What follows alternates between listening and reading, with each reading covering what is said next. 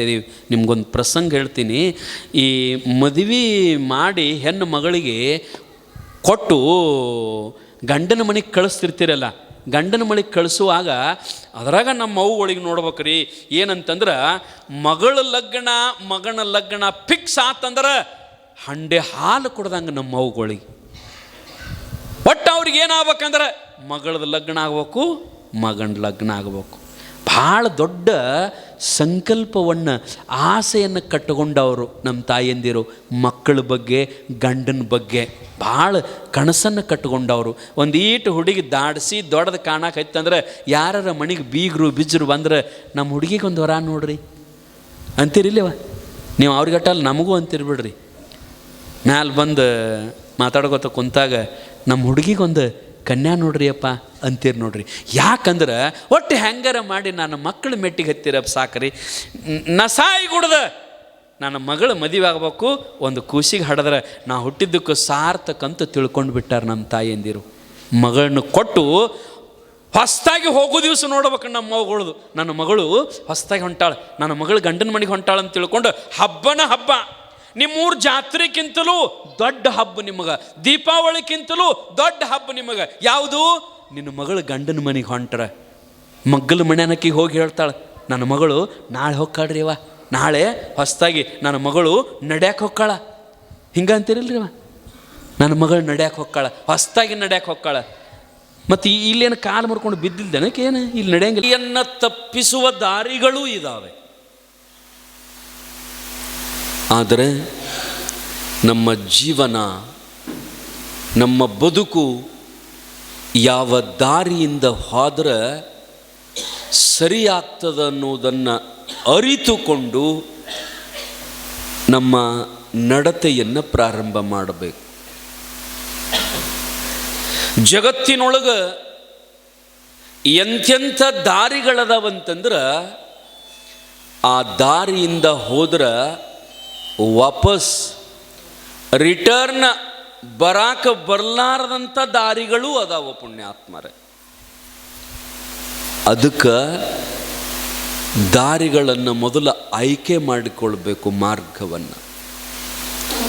ಇದೇ ಮಾತನ್ನು ಸಂಸ್ಕೃತದೊಳಗೆ ಉಪನಿಷತ್ತು ಭಾಳ ಚಂದ ಬರೀತದೆ, ಹೇಳ್ತದೆ,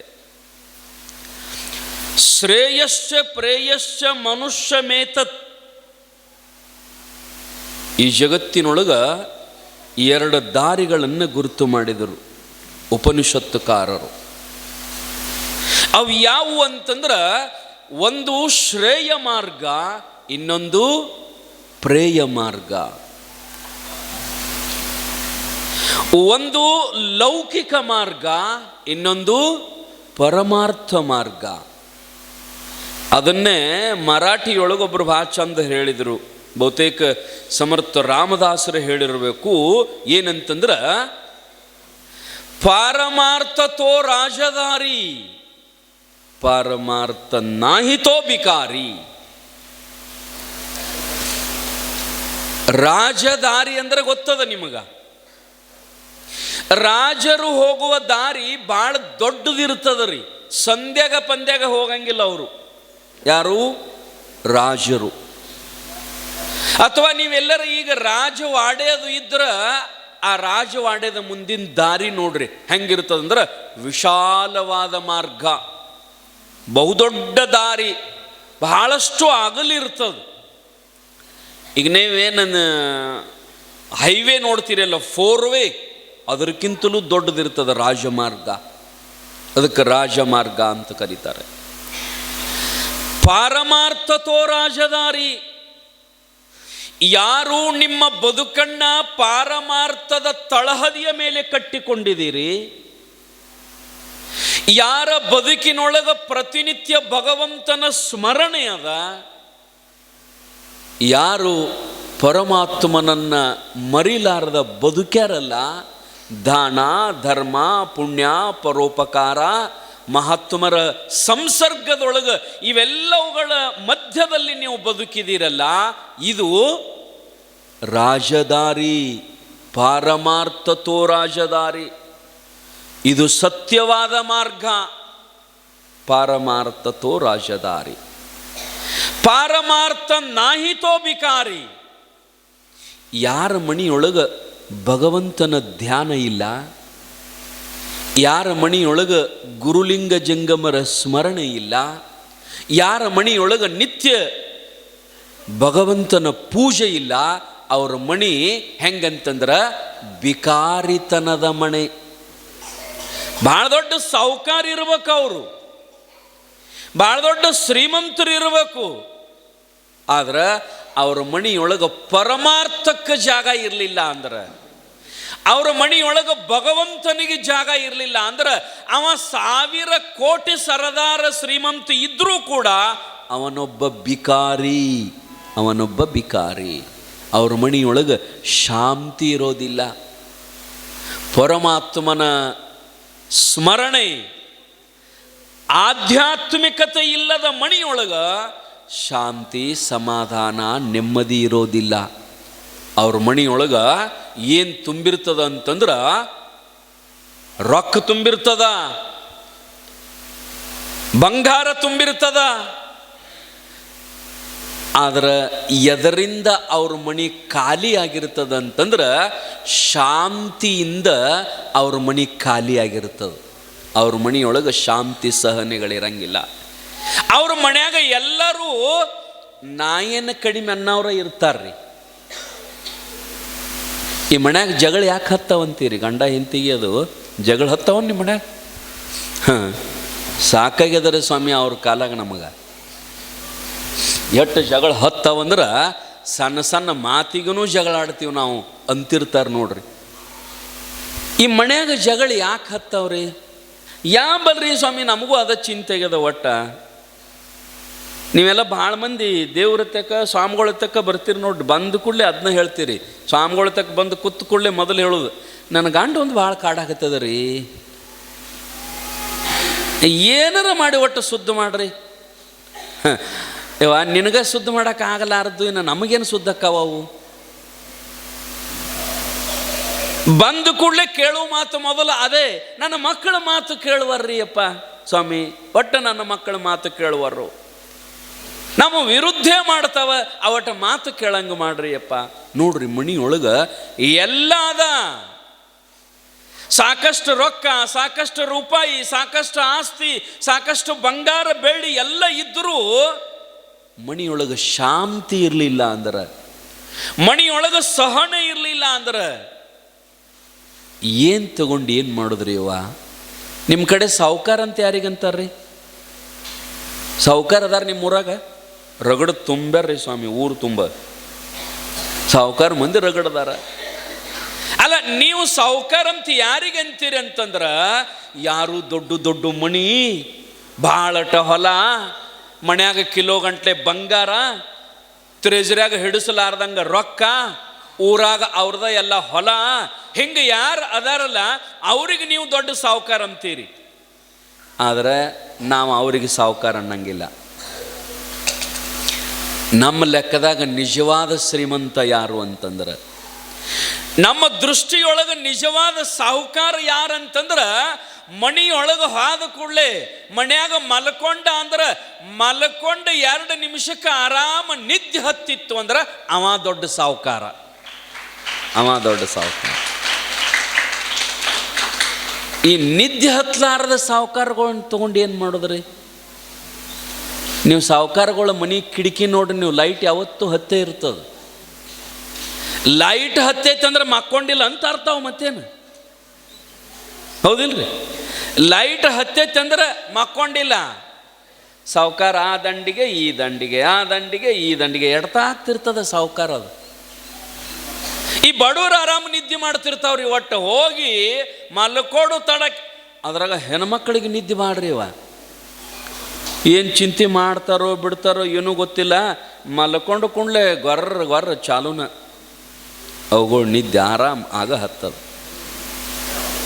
ಕಾರಣ ಏನು ಅಂತಂದ್ರೆ, ಶ್ರೀಮಂತ ಯಾರಿಗಂತಾರಂತಂದ್ರೆ, ಜಗತ್ತಿನೊಳಗೆ ಸುಖದಿಂದ, ನೆಮ್ಮದಿಯಿಂದ, ಆನಂದದಿಂದ ಯಾರದಾರಲ್ಲ ಅವರಿಗೆ ಶ್ರೀಮಂತರು ಅಂತ ಕರೀತಾರೆ.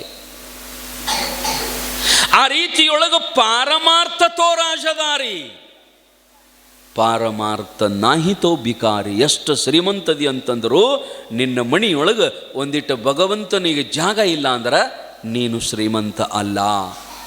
ಯವ್ವ ನಾವೇನು ಮಾಡ್ಬೇಕಂದ್ರೆ ಈ ಜಗತ್ತಿನೊಳಗೆ ಎರಡೂ ಮಾರ್ಗವನ್ನು ಅನುಸರಿಸಬೇಕಾಗ್ಯದ. ಪಾರಮಾರ್ಥ ದಾರಿನೂ ನಡಿಬೇಕು, ಲೌಕಿಕ ದಾರಿಯನ್ನೂ ನಡಿಬೇಕು, ಬಿಡಾಕ ಬರಂಗಿಲ್ಲ. ಯಾಕಂದ್ರೆ ಗಂಡಿಗೆ ಮಾಡ್ಕೊಂಡಿರಿ, ಹೆಂಡತಿಗೆ ಮಾಡ್ಕೊಂಡಿರಿ, ಮಕ್ಕಳಿಗೆ ಹಡ್ದಿರಿ, ಅವಕ್ಕೂ ಬಿಟ್ಟು ಹೋಗಂದ್ರೆ ನಡೀತದೇನ್ರಿ?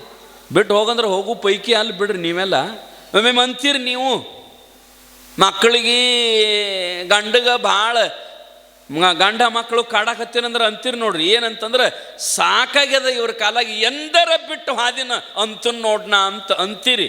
ಅಂದವ್ರು ಒಬ್ಬರು ಎಂದೂ ಬಿಟ್ಟ ಹೋಗಿಲ್ಲ, ಒಬ್ಬರು ಒಮ್ಮೆ ದಿವಸ ಅಂತಾರ ಕರೆ.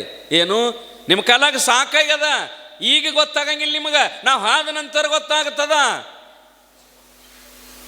ಆದ್ರೆ ಒಬ್ಬರು ಬಿಟ್ಟು ಹೋಗಿಲ್ಲ. ಯಾಕೆ? ಬಿಟ್ಟು ಹೋಗಾಕ ಬರಂಗಿಲ್ಲ, ನಡೆಸಬೇಕಾಗ್ಯದ. ಅದಕ್ಕೆ ಎರಡೂ ಮಾರ್ಗವನ್ನು ಅನುಸರಿಸಬೇಕು. ಅದನ್ನೇ ನಿಜ್ಕೊಂಡ್ರು ಭಾಳ ಚಂದ ಬರೀತಾರ. ಜಾಣನು ಲೌಕಿಕ ಪರಮಾರ್ಥವೆರಡನು ಕೂಡಿ ನಡೆಸುತ್ತಿಹ ನಿಂತು.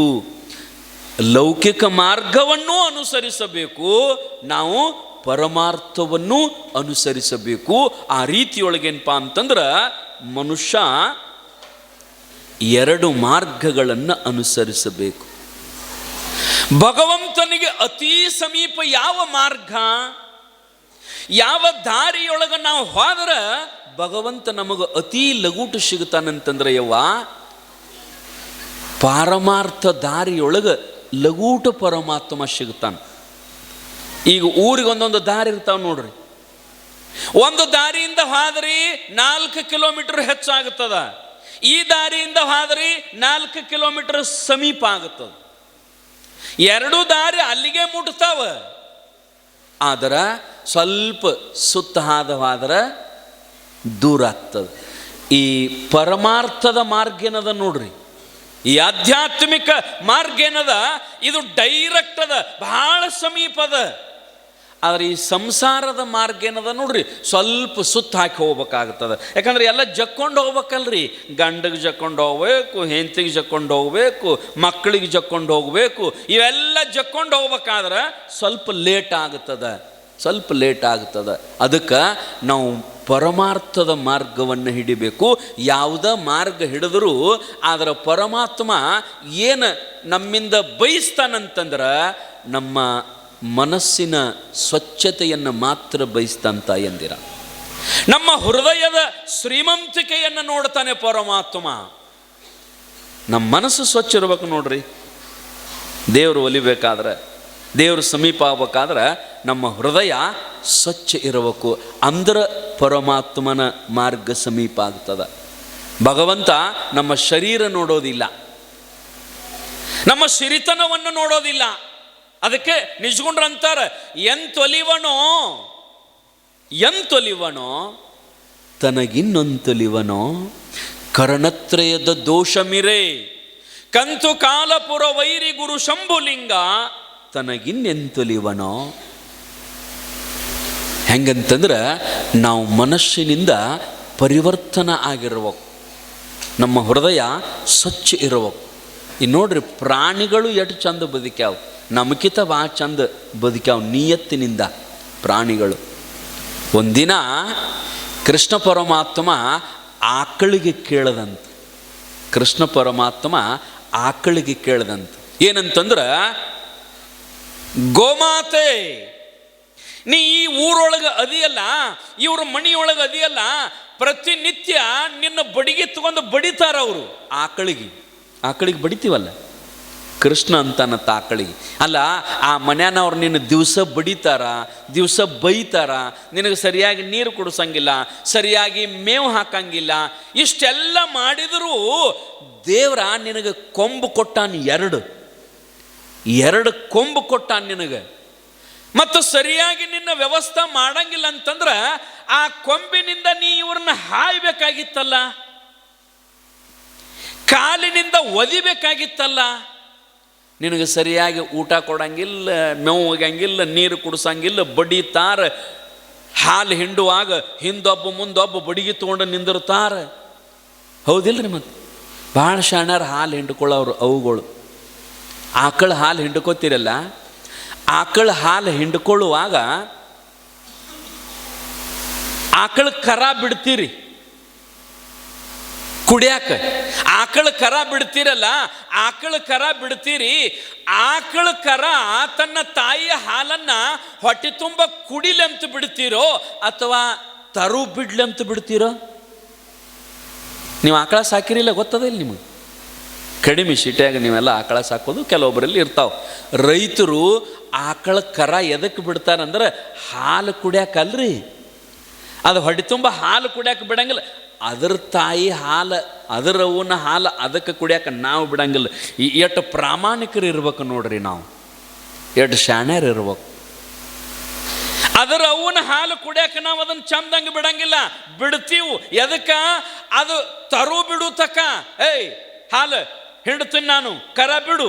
ಕರ ಬಿಟ್ಟು ಕೂಡಲೇ ಆ ಕರ ಓಡಿ ಬಂದು ಜಿಗದಾಡಿ ನನ್ನ ಬಿಟ್ರಲ್ಲ, ನಮ್ಮ ಅವನ ಹಾಲು ಕುಡಿಯಕ್ಕೆ ನನ್ನ ಬಿಟ್ರಲ್ಲ, ನಾನು ಹಾಲು ಕುಡಿತೀನಂತ ತಿಳ್ಕೊಂಡ ಹಿಂಗೆ ಹೋಗಿ ಹಾಲನ್ನು ಹಿಡಿದು ಒಂದೆರಡು ಸರೆ ಹಿಂದೆ ಮುಂದೆ ಗುದ್ದಿ ಹಾಲು ಕುಡಿಬೇಕಂತ ಬಾಯಿ ಹಾಕಿದಾಗ ಆಕಳಂತದಂತ, ಅರೆ ಅರೆ ಅರೆ ನನ್ನ ಮಗಳಿಗೆ ಹಾಲು ಕುಡಿಯಕ್ಕೆ ಬಿಟ್ರತ್ನ ತಿಳ್ಕೊಂಡು ತನ್ನ ಶರೀರದಲ್ಲಿರ್ತಕ್ಕಂಥ ಎಲ್ಲ ಹಾಲಿನ ಅಂಶವನ್ನು ತಂದು ಹಾಲಿನ ಜಾಗಕ್ಕೆ ತುಂಬಿಕೊಂಡು ನಿಂದಿರ್ತದ.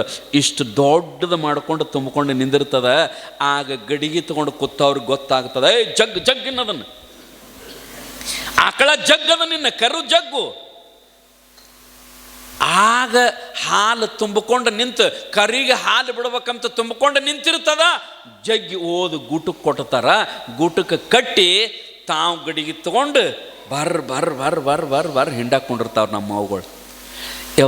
ಆಕಳಿಗೆ ಗೊತ್ತಿಲ್ಲೇನ್ರಿ, ನಾ ಹಾಲ ನನ್ನ ಕರಿಗೆ ಬಿಟ್ಟು ತುಂಬಿಕೊಂಡು ನಿಂತೀನಿ, ಇದನ್ನು ಆಕಳ ಕರಿಗೆ ನನ್ನ ಕರಿಗೆ ಬಿಡ್ಲಾರ್ದ ತಾವ ಹಿಂಡಾಕತ್ತೀರಂತ ತಿಳ್ಕೊಂಡು ಆಕಳಿಗೆ ಗೊತ್ತಿಲ್ಲ ಅಂತೀರಿ? ಗೊತ್ತದ, ಆಕಳಿಗೆ ಗೊತ್ತದ. ಆದರೂ ಸುಮ್ಮನೆ ಆಕಳ ಏನಂತದಂದ್ರೆ, ತಗೋರಿ ಹಿಂಡ್ಕೋರಿ, ಎಷ್ಟು ಬೇಕಾದ್ರೆ ತಿನ್ನಿರಿ. ಯಾಕಂದ್ರೆ ಹಾಲು ನಂದು ಮುಗಿದ ನಂತರ ನನ್ನ ಆಕಳ ಕರ ಜೋಪಾನ ಮಾಡೋರು ನೀವಲ್ಲ ಯವ್ವ. ನನ್ನ ಹತ್ತಿರ ಹಾಲು ಬಂದಾದ ನಂತರ, ಆ ಹಾಲು ಬಂದಾದ ನಂತರ ನನ್ನ ಕರುವಿಗೆ ಮೇವು ಹಾಕಿ ಅದಕ್ಕೆ ಮುಟ್ಟಿಗೆ ತಿನ್ನಿಸಿ ಜೋಪಾನ ಮಾಡೋರು ನೀವಲ್ಲ ಅಂತ ತಿಳ್ಕೊಂಡು ಹಾಲು ಹಿಂಡ್ಕೋರಿ ಅಂತ ಸುಮ್ಮನೆ ನಿಂತು ಬಿಡ್ತದೆ ಯವ್ವ. ಆಕಳ ಸುಮ್ಮನೆ ನಿಂತು ಬಿಡ್ತದೆ. ಆ ರೀತಿಯೊಳಗೆ ಪ್ರಾಣಿಗಳು ಎಷ್ಟು ಯೋಗ್ಯ ರೀತಿಯೊಳಗದಾವ ನೋಡ್ರಿ. ಕೃಷ್ಣ ಪರಮಾತ್ಮ ಕೇಳಿದಂತ, ಅವ್ರನ್ನ ಯಾಕೆ ನೀನು ಕೊಂಬಿಲೆ ಹಾಯಂಗಿಲ್ಲ, ಕಾಲಿಲೆ ಒದೆಂಗಿಲ್ಲ ಅಂತ